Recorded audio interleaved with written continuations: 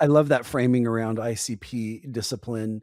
I know especially in earlier stage companies, that's really, really hard for them to sort of master, and yet it's mission critical for them to master it.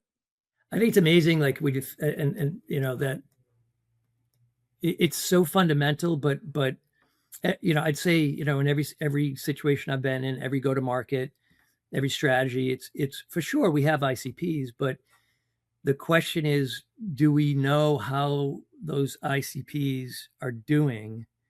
Do we have dashboards and metrics that allow us to go back and evaluate the ICPs? And I say that because, something that I've learned is if you get that ICP right and you really optimize that ICP, that has compound effects on everything else. Sales velocity, deal size, competitiveness, right? And so I think tying, really coming back around and mapping performance to ICP is a big step in the iterative process we talked about with respect to transformation. This is such a deep and rich focal point for me.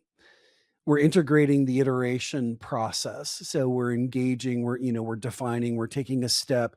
You said something earlier that really resonated with me. We're making decisions with incomplete information, which, for some folks, that becomes a paralysis for them. It stops them in moving forward. And yet, it's rare for us to have complete information. And so you have to be decisive, and then you have to take those steps. And it's sort of in parallel to that theme of failing fast. But, the other way of thinking about it is learning fast in this particular case so that you can further define the ICP, because there, to your point, so much downstream of that happens well when we get that right. Yep, that's right. That's right. Yep, and you're right. You have to be decisive. You have to be able to make decisions with imperfect information, but be able to evaluate those decisions quickly.